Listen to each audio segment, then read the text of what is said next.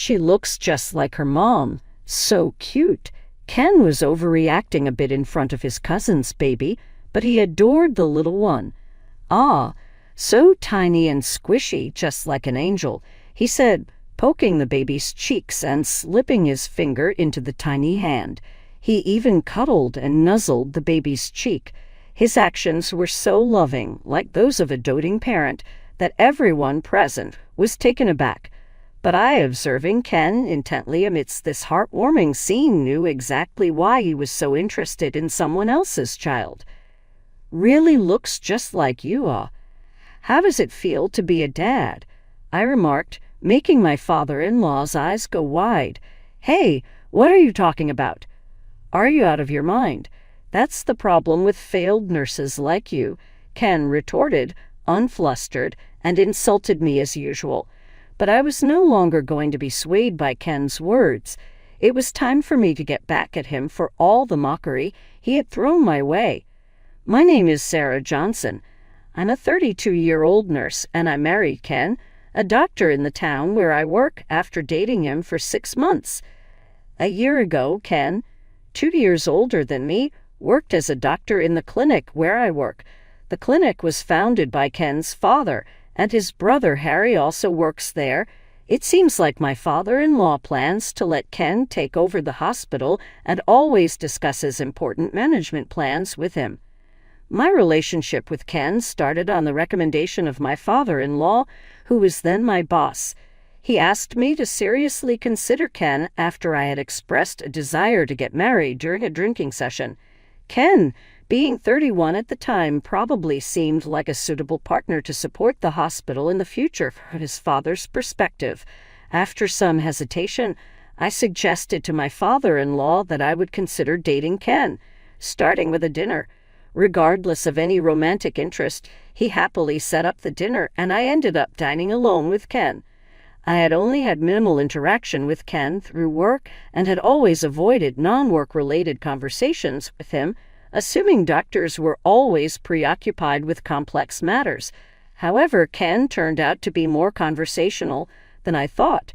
We found common ground in our interest in recent comics and novels, and Ken seemed delighted throughout our conversation. Later, Ken asked me out on a date, and we went to see a movie on a day the hospital was closed. Although not a man of many words, Ken seemed to think we clicked, and he confessed his feelings at the end of the day, leading to our swift start of a relationship. It wasn't a fiery romance. I thought being with Ken would ensure a secure future, and being in the same industry, we could understand each other's professional struggles, making us good partners. 6 months into our relationship, Ken and I tied the knot. We invited relatives, friends, and colleagues from the hospital to our grand wedding ceremony. At my wedding, the friends I invited as guests were all envious, saying how lucky I was to marry a doctor from a prestigious family. I didn't marry Ken just because he was the son of a clinic owner, but the idea of a secure future was something my parents and I were all happy about. Our marriage started off smoothly. I think Ken didn't like doing household chores much, so I took care of them myself. As a doctor, Ken often came home late because of extended consultations, and since I could get off work on time, I was eager to do my part for my busy husband. I realized after getting married that I actually enjoyed housework.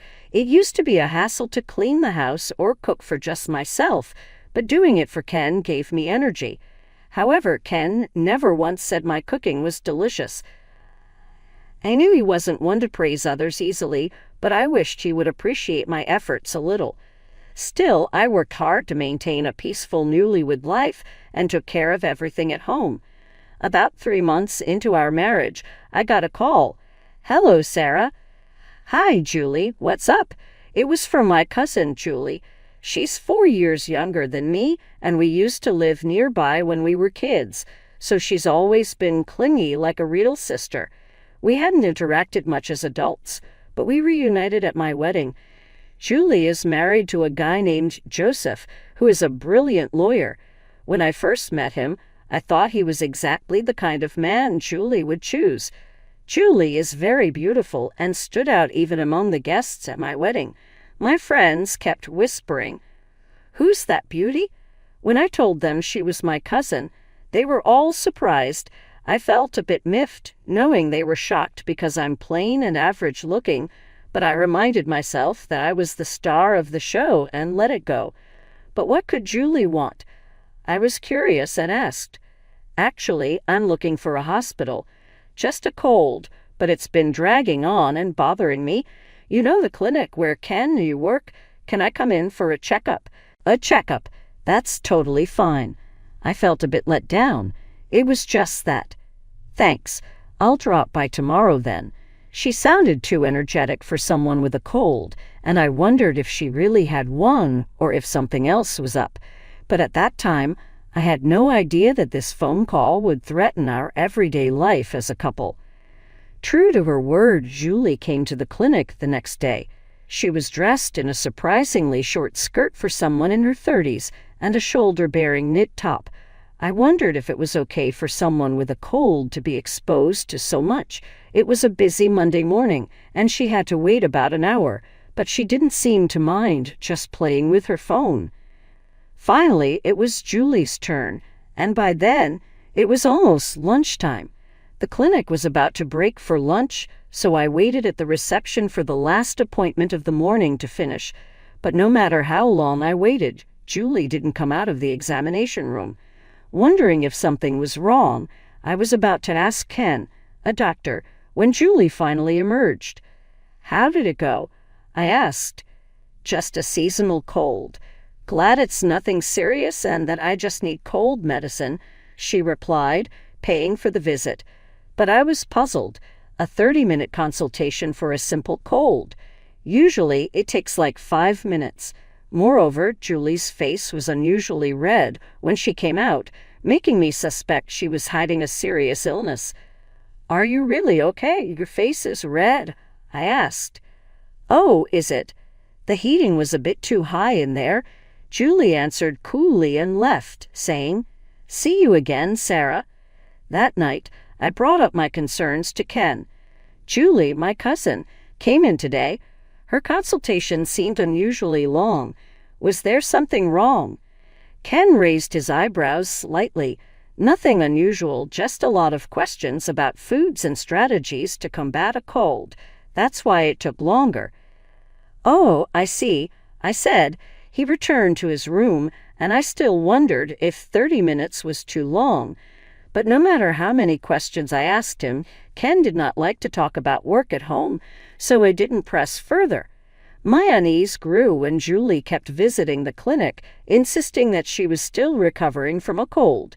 She continued to come to the hospital and was willing to wait for a long time on each visit. Her consultation times were unusually long, sometimes lasting up to 40 minutes. We even scheduled her appointments right before lunch breaks, and she agreed to this, not complaining when patients who arrived later were seen first. After about 5 visits, I started to worry. Julie's cold should have gotten better by now. If it wasn't healing, I thought about referring her to a larger hospital. "Are you sure you're okay? If it's serious, I can ask the doctor to refer you to a bigger hospital," I suggested. Julie's face went pale at that. "No need for referrals. I'm perfectly happy with the treatment here. Don't make a big deal out of it just because we're cousins," she snapped back. I was taken aback, speechless at her sudden outburst. She left briskly, saying, "See you next time." I was stunned and couldn't stop thinking about Julie all day. She must be hiding something, keeping a secret from me. That's why she got so upset when I tried to delve a little into her private matters. I started to suspect Julie even more, and it was around this time that Ken's behavior began to change drastically. I used to handle all the household chores, but Ken started complaining about my housework. "Hey, Sarah, aren't my dishes still dirty?" "Oh, really? Sorry, I'll rewash them right away," I replied. "Damn you for doing random housework." He'd yell at me unnecessarily over a little bit of leftover grime on the clean dishes. "Do you really need to get that mad?" I asked. "Shut up. What's this? A nurse talking back to a doctor?" he snapped. I was shocked to hear him bring up our professions in a household argument. He never liked discussing work at home, and now he was using his status as a doctor against me. I wanted to argue back, but Ken's sudden coldness was baffling. I thought it was just a bad day and decided not to retaliate further. But Ken's foul mood wasn't just for a day. He complained about the cleanliness of rooms and bathrooms, called the food I made disgusting, and criticized the laundry for being wrinkled. When I suggested he could do it himself if he was so dissatisfied, he belittled me for being a nurse. The more I argued, the more it seemed to hurt my dignity, so I stopped responding. Ken's behavior continued with constant complaints whenever he saw me. It hadn't even been a year since our marriage. What had changed? I couldn't think of anything I'd done to upset him. Then it hit me. What if my suspicion was true? The thought sent chills down my spine. I couldn't just ignore Ken's behavior. I decided to start a specific action the next day. It was around this time that Julie called to say she was pregnant. Congratulations.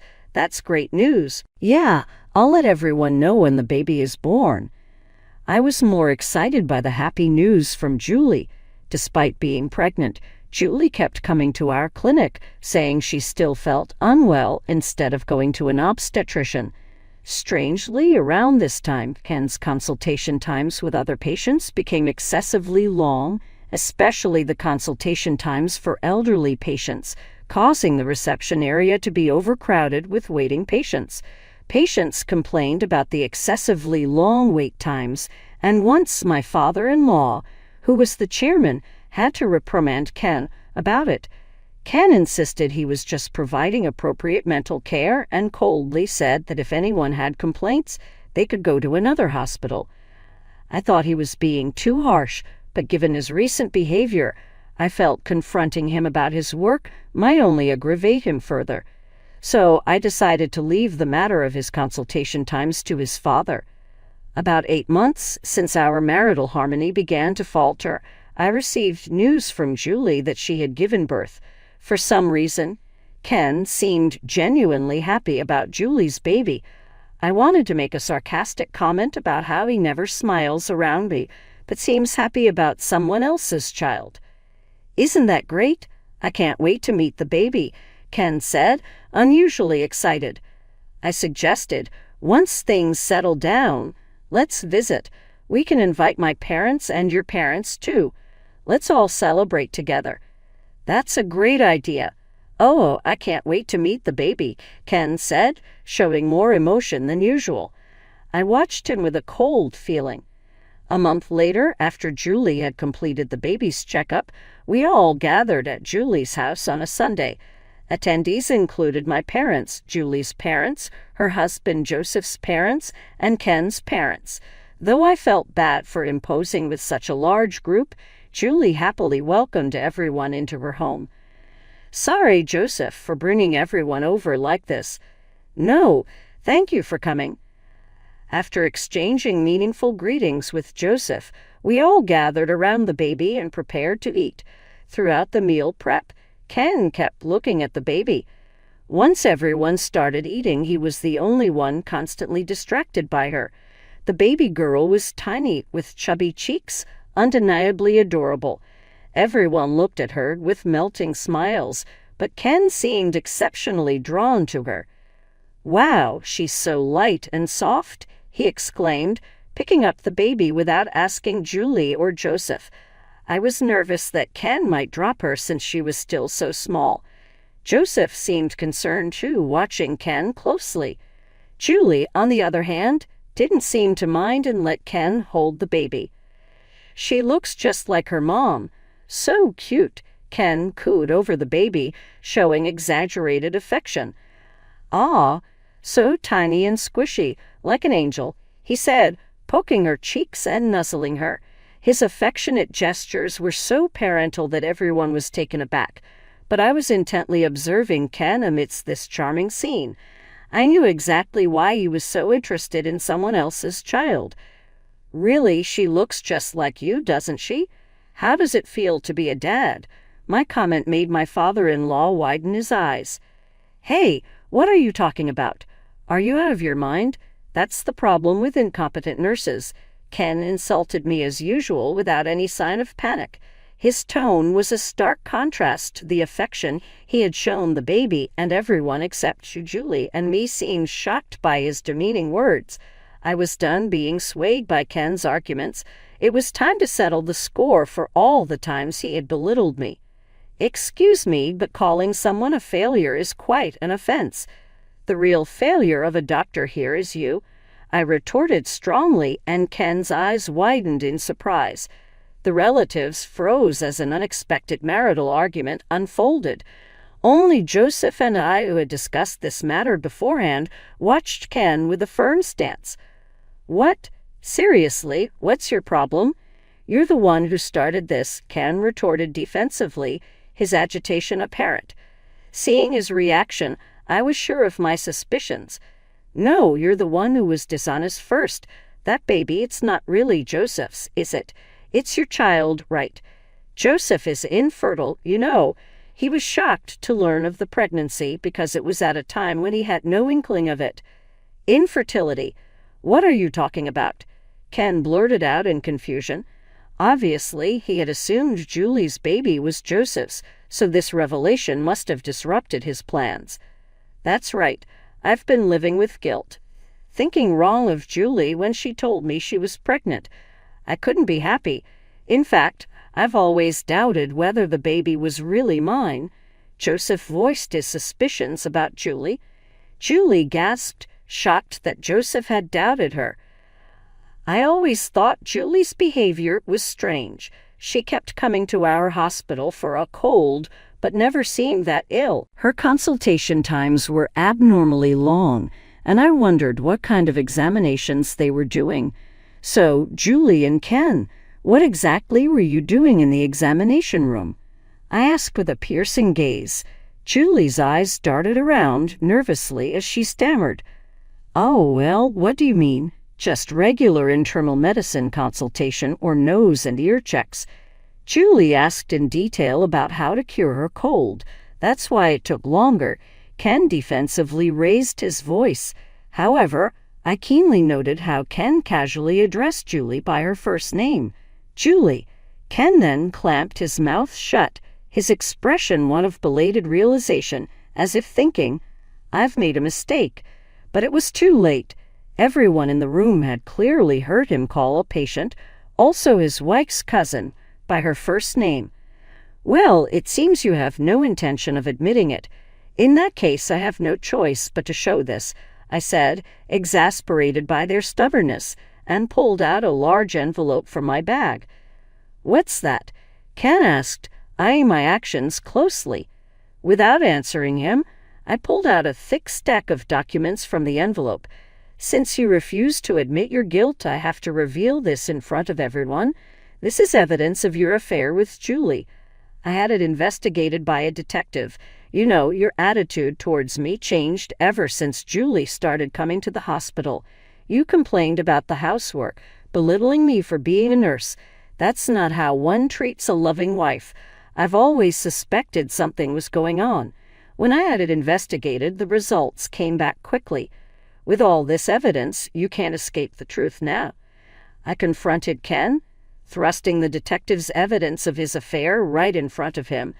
The evidence showed Ken walking arm in arm with Julie in private, and their message exchanges where Julie talked about cheating.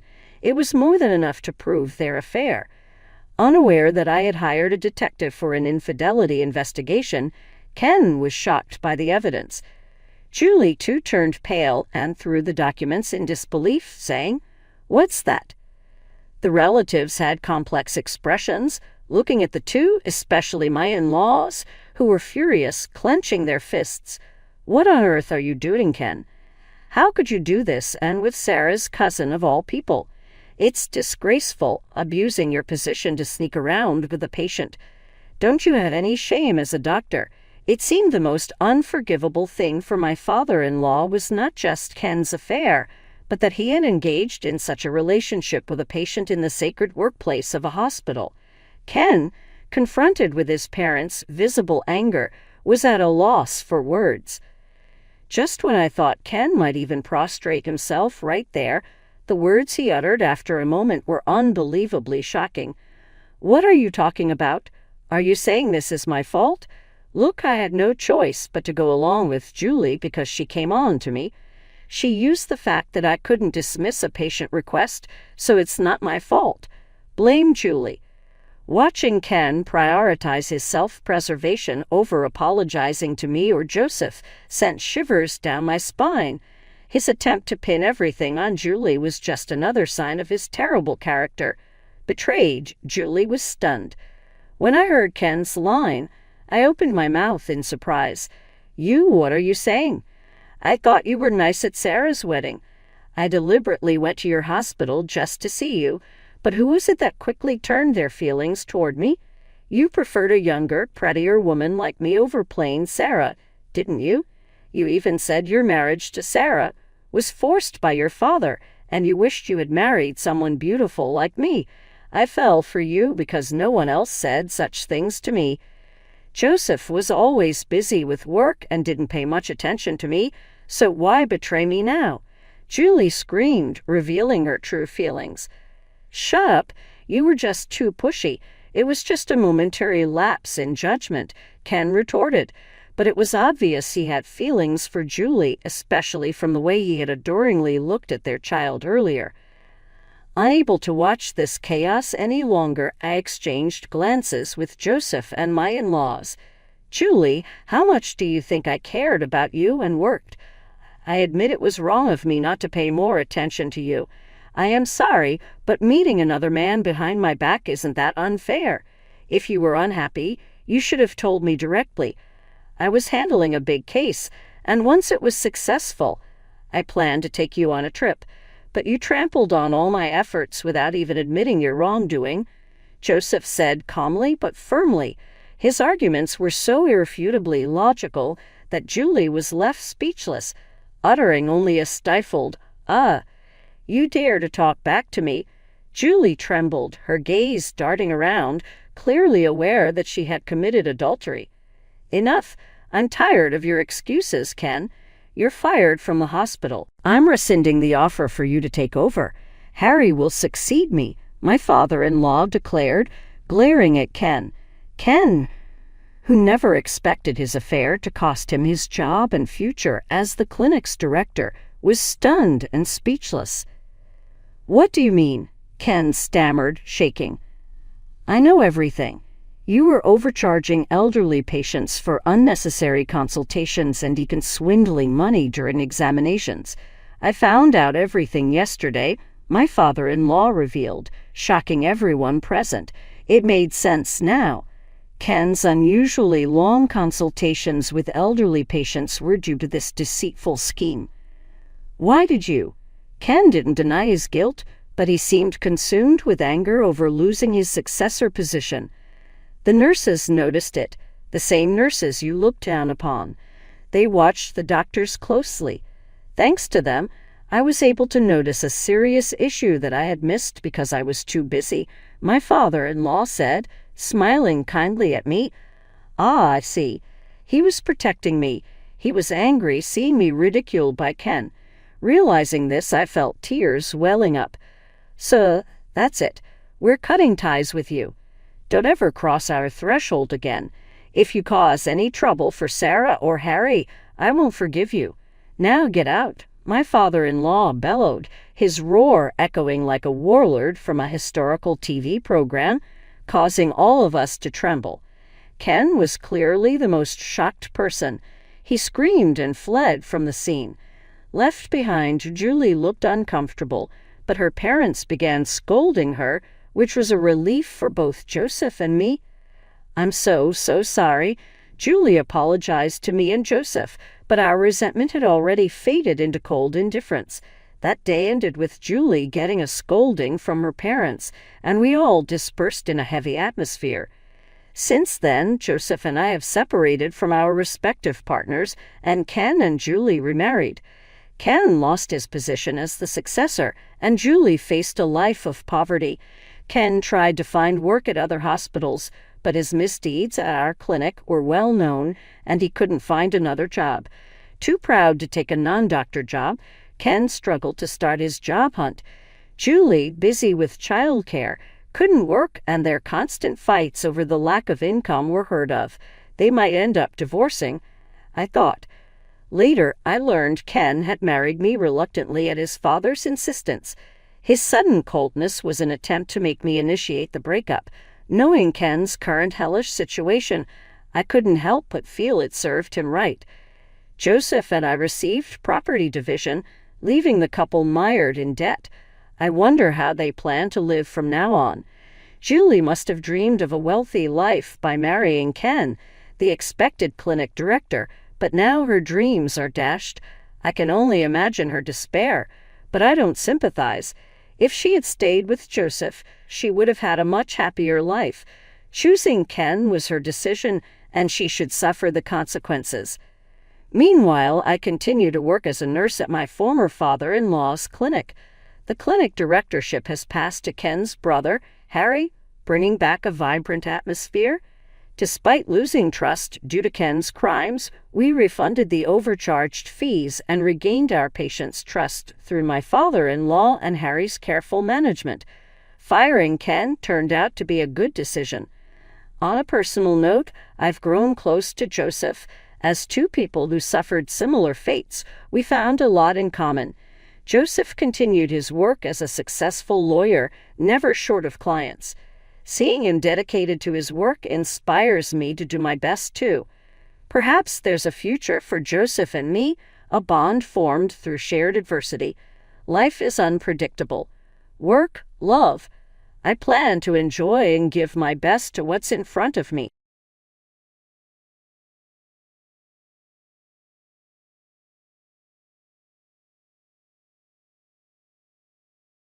I never knew silence could be so loud until I watched my brother's facade crumble, revealing a stranger beneath.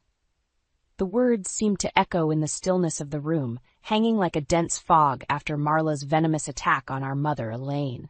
Her lips curled into a smirk as she taunted, "You're just too meek and insignificant to stand up for yourself." I glanced at Everett, my brother, expecting him to defend our gentle mother, but he remained impassive. A hollow shell of the man I once knew. It was as if Marla's venom had seeped into his veins, numbing him to her cruelty. Rage boiled within me, and I found myself stepping forward, fists clenched. "How dare you speak to her that way?" I spat, my voice trembling with fury. Marla's eyes narrowed, and she sneered. "Stay out of this, Cadence. It doesn't concern you." "Like hell it doesn't," I roared, closing the distance between us. "That's my mother you're berating, and I won't stand for it." Everett finally stirred, placing a hand on my shoulder. "Cadence, please, let it go." I shrugged him off, incredulous. "Let it go? Are you hearing yourself? She's treating Mom like garbage, and you're just letting it happen." Marla's laughter cut through the tension like a knife. "Poor, pathetic Elaine. She's lucky I even bother with her." She turned to Everett, her voice dripping with saccharine venom. "You see how she is, darling? Always needing to be coddled and fawned over." Everett's gaze dropped, and he nodded meekly, like a puppy being scolded. My heart broke for the brother I once knew, the confident, caring man who would have never tolerated such abuse. "Enough!" I roared, stepping between them. "I don't know what kind of twisted game you're playing, Marla, but it ends now. You will treat my mother with respect, or you can pack your bags and leave." Marla's eyes with fury, and for a moment I thought she might strike me. But then, as quickly as the storm had gathered, it dissipated, and she offered a sickly sweet smile. "Of course, Cadence, you're absolutely right. I'll be sure to watch my tongue around dear Elaine from now on." She swept past me, brushing my shoulder with hers as she exited the room. Everett followed her like a lost puppy, leaving me alone with my stunned mother. I gathered her into my arms, feeling her frail body tremble with silent sobs. "It's okay, Mom," I murmured, stroking her graying hair. "I won't let her hurt you anymore." As I held her close, I couldn't shake the feeling that this was only the beginning. Marla's true nature had been revealed, and I knew in my heart that I had to protect my family, no matter the cost. The next few days were like walking on eggshells, each interaction fraught with tension. Marla's saccharine smiles were laced with venom, and Everett remained a hollow shell. refusing to acknowledge the rift that had formed. It wasn't until I stopped by Mom's house unannounced that the full extent of Marla's villainy became apparent. "Mom?"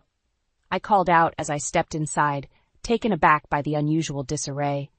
Dishes were piled high in the sink, and the floors were in desperate need of a vacuum. "In here, dear," came her weary voice from the living room. I found her slumped in her favorite armchair, a blanket draped over her lap as she knitted what appeared to be a scarf. Dark circles hung beneath her eyes, and her movements were slow and labored. "Mom, are you all right?" I asked, crossing the room to her side.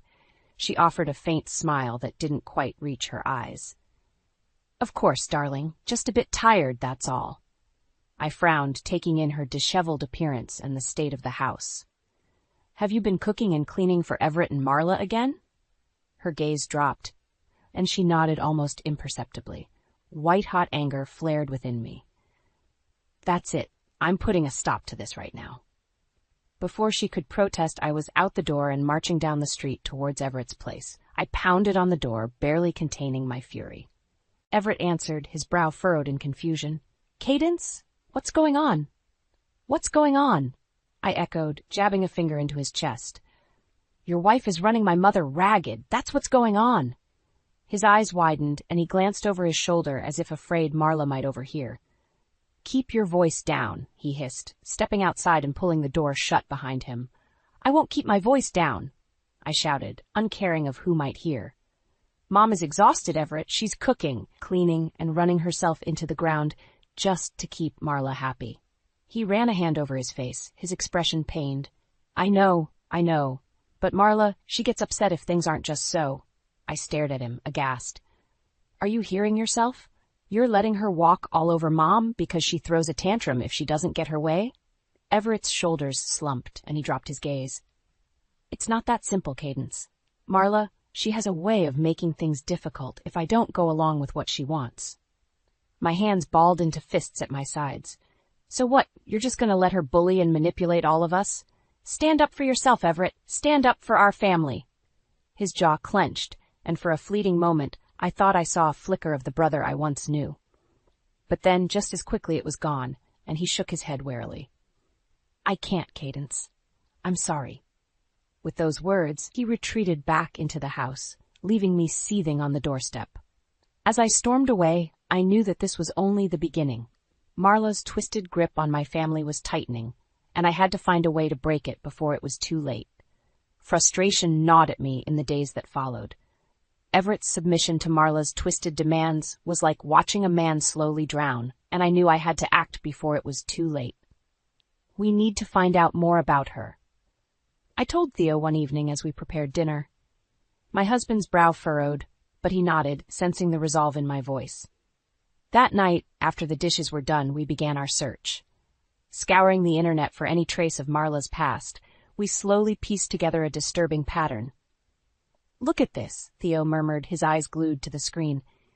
"It seems Marla was briefly married to a wealthy businessman a few years back. But the marriage only lasted 6 months before he filed for divorce, citing emotional distress and manipulation." I leaned closer, my heart sinking as I read the details. And here's another. She was engaged to a prominent lawyer, but he broke it off after discovering she'd been lying about her background and finances. Page after page painted a chilling portrait of a woman who thrived on deceit and exploitation. Marla would charm and seduce wealthy men, leeching off their fortunes until they inevitably saw through her facade. Then she would move on to her next target, leaving a trail of broken hearts and empty bank accounts in her wake. "She's a black widow," I whispered, feeling ill, "and Everett is her latest victim." Theo squeezed my hand, his expression grim.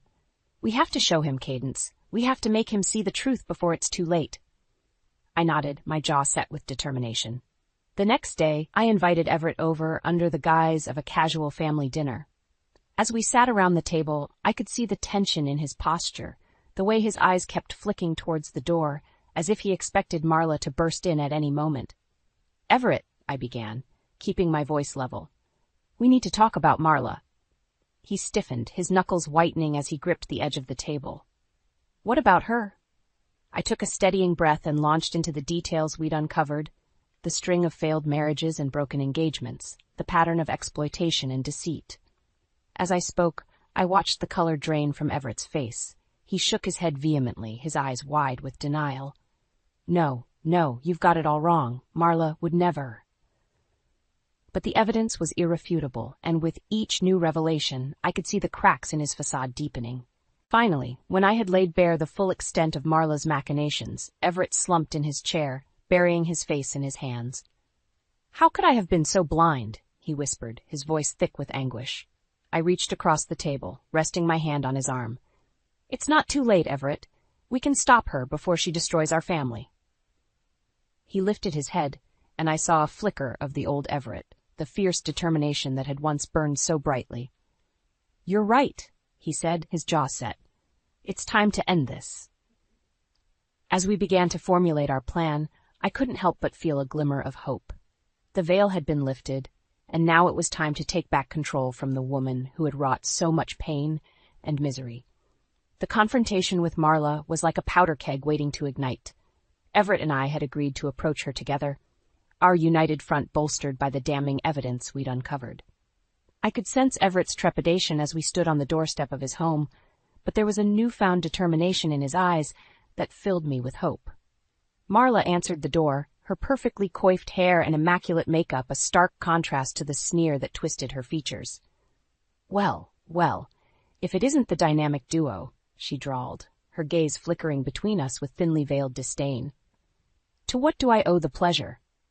"Cut the act, Marla," I spat, pushing past her into the house. "We know what you've been up to." Her brows shot up, but her expression remained infuriatingly smug. "And what, pray tell, have I been up to?" Everett stepped forward, squaring his shoulders. "We know about your past, Marla.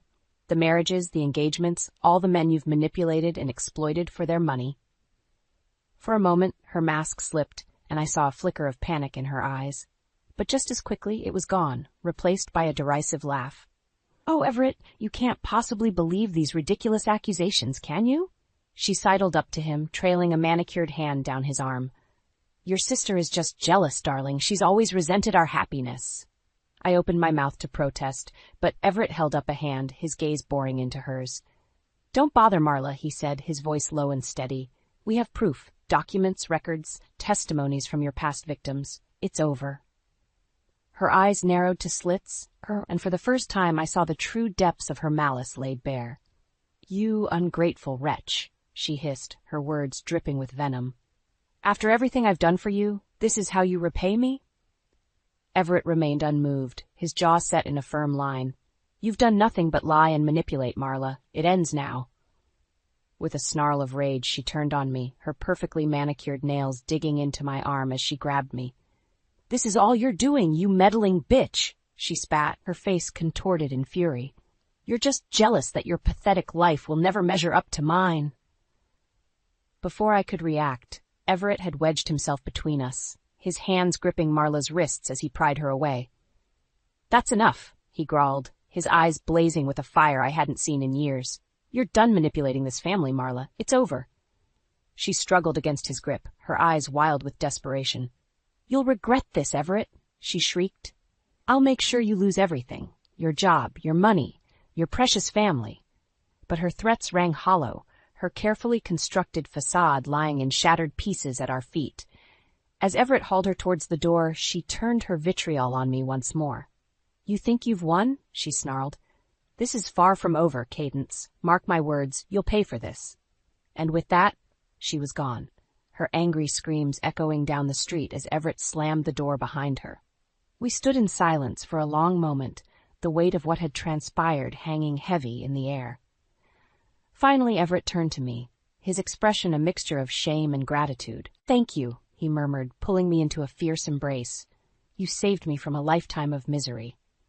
As I held him, I couldn't help but feel a sense of triumph amidst the turmoil. The battle had been won, but the war was far from over. Marla's threats still lingered, a reminder that her vindictive nature knew no bounds. But in that moment, with my brother by my side once more, I knew we could weather any storm she threw our way.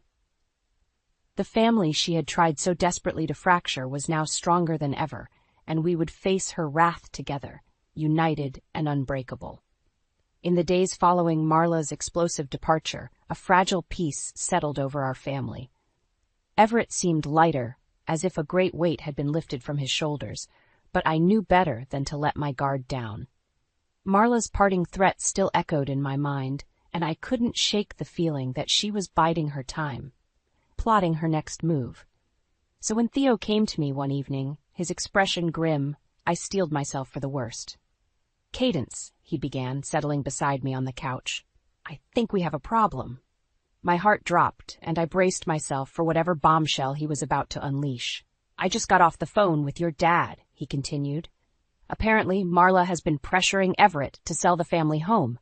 A chill ran down my spine as the implications sank in. The house wasn't just a building. It was a symbol of our family's legacy, a place where countless memories had been forged.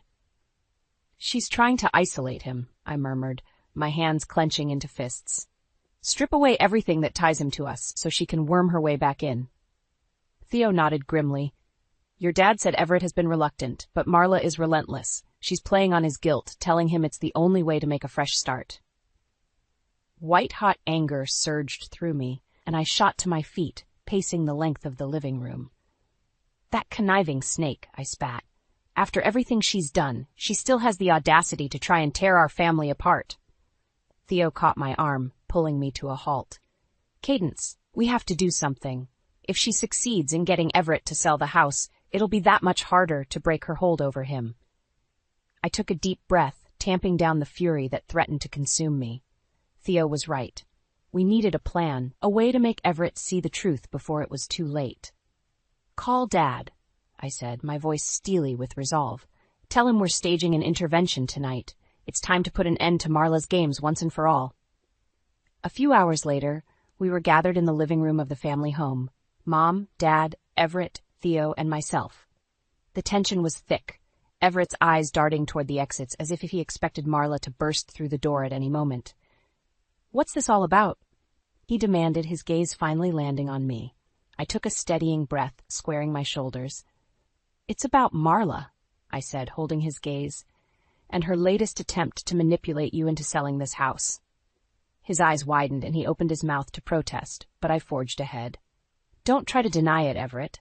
We know she's been pressuring you, playing on your guilt and insecurities. But can't you see? This is just another ploy to isolate you from your family, to make you dependent on her again." Everett's jaw clenched, and he shook his head vehemently. "You're wrong, Cadence. Marla just wants what's best for us, a fresh start away from all the drama and conflict." I scoffed, feeling the frustration mount. "Wake up, Everett. She's the one causing all the drama and conflict. She's a toxic parasite, and she'll never stop until she's drained every last ounce of life from this family." The words hung heavy in the air, and for a long moment, no one spoke. Then, from the corner of my eye, I saw Mom rise from her chair, her face etched with a determination I'd never seen before. "Your sister is right, Everett," she said, her voice surprisingly steady.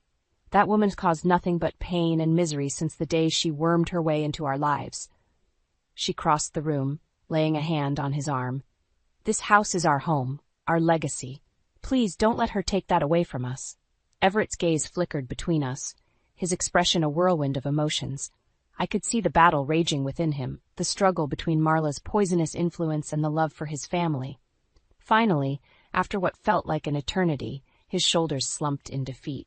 "You're right," he whispered, his voice thick with shame. "I've been so blind, so desperate to make things work with Marla that I've nearly lost everything that truly matters." He looked up, his eyes shining with unshed tears. "I won't let her win, not this time. The house stays, and Marla—" He swallowed hard. "Marla is out of our lives for good." A collective sigh of relief swept through the room, and I felt a weight lift from my shoulders. The battle had been hard fought, but in the end, love and loyalty had prevailed over Marla's twisted machinations. As we gathered around Everett, enveloping him in an embrace, I knew that our family was finally on the path to healing. The shadows that had lingered for so long were fading, and a new dawn was on the horizon. One where Marla's poisonous influence could no longer reach us. The day of Mom's birthday celebration dawned bright and clear, a stark contrast to the storm that was brewing beneath the surface. As I helped her prepare for the party, arranging platters of her famous lemon bars and hanging streamers, I couldn't shake the sense of anticipation that buzzed through my veins. This was it. The culmination of weeks of planning, the moment when we would finally expose Marla's true nature to the world and break her hold over Everett once and for all. "You seem tense, dear," Mom murmured, laying a gentle hand on my arm. "Is everything all right?" I forced a smile, giving her hand a reassuring squeeze. "Everything's fine, Mom. Just want to make sure your party is perfect." She returned my smile, her eyes shining with affection. "As long as my family is here, it will be." As the guests began to arrive, the house filled with the sounds of laughter and conversation, a temporary reprieve from the turmoil that had plagued us for far too long. Everett arrived with a hesitant smile, his gaze constantly flicking towards the door as if expecting Marla to make an appearance. "It's going to be all right," I murmured, pulling him aside. "We're going to put an end to her lies once and for all." He nodded, his jaw set with determination, and rejoined the party. As the afternoon wore on, I could feel the tension mounting, the calm before the storm. Finally, when the last of the guests had arrived, I caught Theo's eye and gave him a subtle nod. It was time. Clearing my throat, I clinked my glass, calling for silence. "If I could have everyone's attention, please." The room gradually fell quiet, all eyes turning towards me with a mixture of curiosity and confusion. "First and foremost," I began, "I want to thank you all for coming to celebrate my incredible mother on her birthday." A smattering of applause rippled through the crowd, and Mom ducked her head shyly, a faint blush coloring her cheeks. "However," I continued, my voice growing steely, "there is another reason we've gathered you all here today." I locked eyes with Everett, giving him a subtle nod of encouragement before turning my attention back to the assembled guests. For far too long, a dark shadow has loomed over this family, a poisonous presence that has sought to divide and manipulate us for her own selfish gain. My gaze swept over the crowd, daring anyone to look away. I'm speaking, of course, about Marla. A hush fell over the room, the tension thick enough to cut with a knife. Out of the corner of my eye, I saw Everett tense, his knuckles whitening as he gripped the back of a chair. "Marla has woven a tangled web of lies and deceit," I pressed on, my voice ringing with conviction. "She has exploited and preyed upon my brother, leeching off his fortune and manipulating him into cutting ties with those who truly care about him." Murmurs of disbelief rippled through the crowd, but I forged ahead, laying bare the evidence we had gathered, the trail of broken engagements and failed marriages, the testimonies from her past victims. As I spoke, I could see the shock and revulsion etched on the faces of our guests, the realization sinking in that they had been duped by Marla's carefully constructed facade.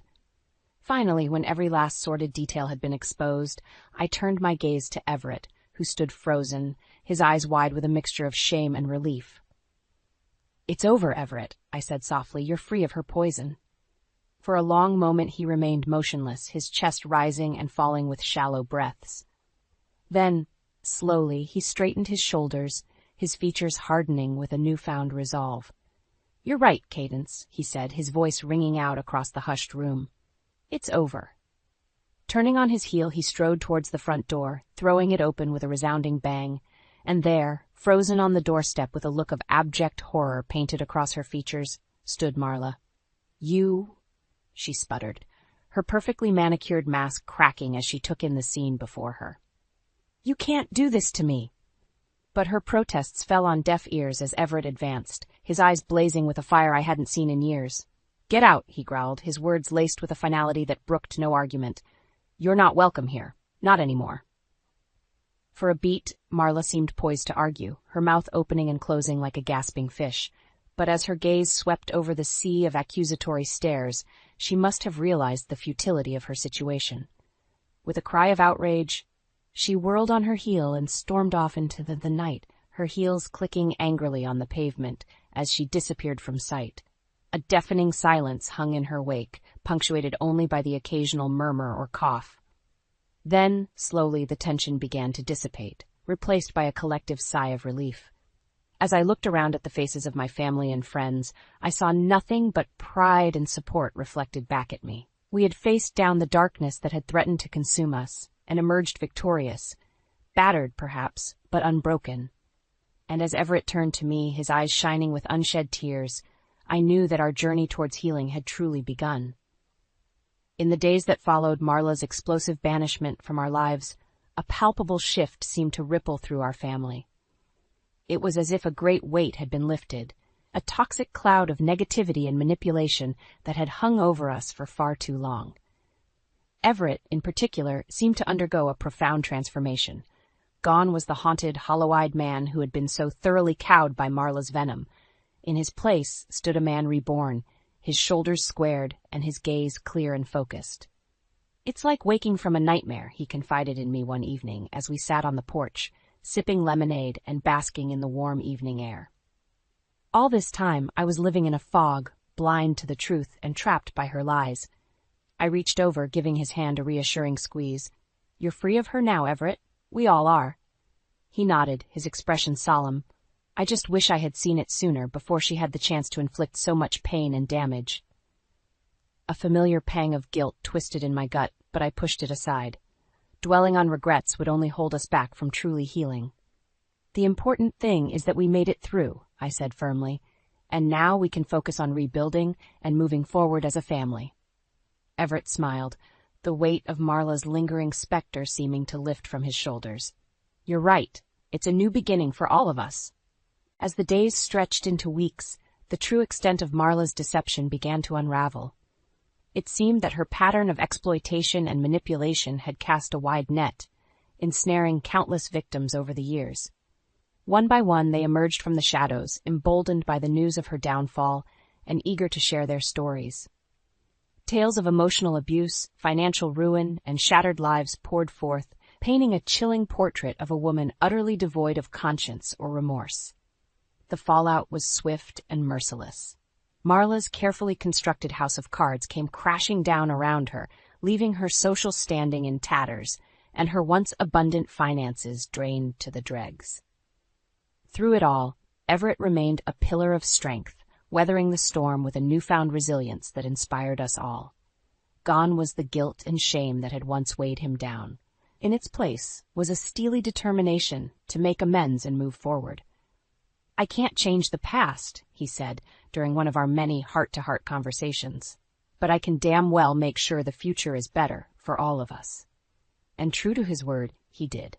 With an unwavering focus, he set about rebuilding the relationships that Marla had so callously fractured, starting with our parents.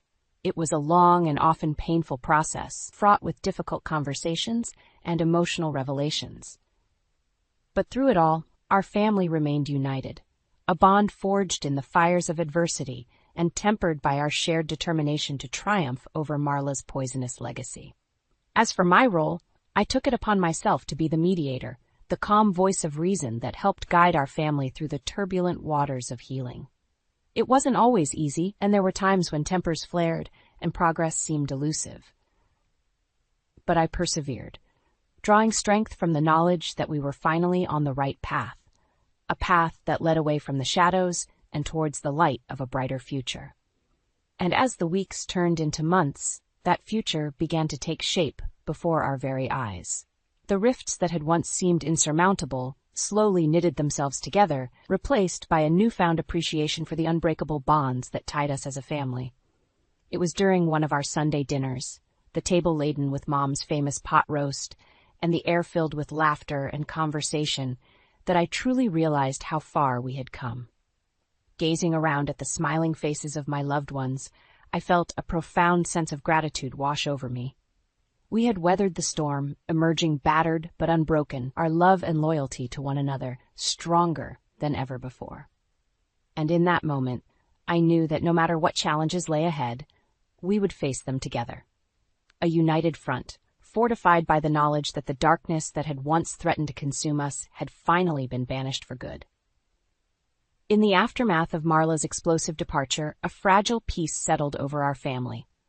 It was as if we had all been holding our collective breath, bracing for the next inevitable blow from her twisted machinations. But as the days stretched into weeks and her poisonous presence faded into a distant memory, we slowly began to exhale. Of course, the road to healing was far from smooth. Marla's betrayal had left deep scars, both emotional and financial. Everett, in particular, struggled with the fallout of her deceit, his once thriving business and personal accounts drained to the dregs by her relentless exploitation. "I feel like such a fool," he confided in me one evening, his shoulders slumped in defeat. "How could I have been so blind, so willing to hand over everything I've worked for to that parasite?" I wrapped an arm around his shoulders, offering what comfort I could. "You were manipulated, Everett. She preyed on your trust and twisted your devotion into a weapon against you. But that's over now." He nodded, his jaw clenched with determination. "You're right. It's time to start rebuilding, to take back what she stole from me, from all of us." And rebuild we did, each of us shouldering a share of the burden.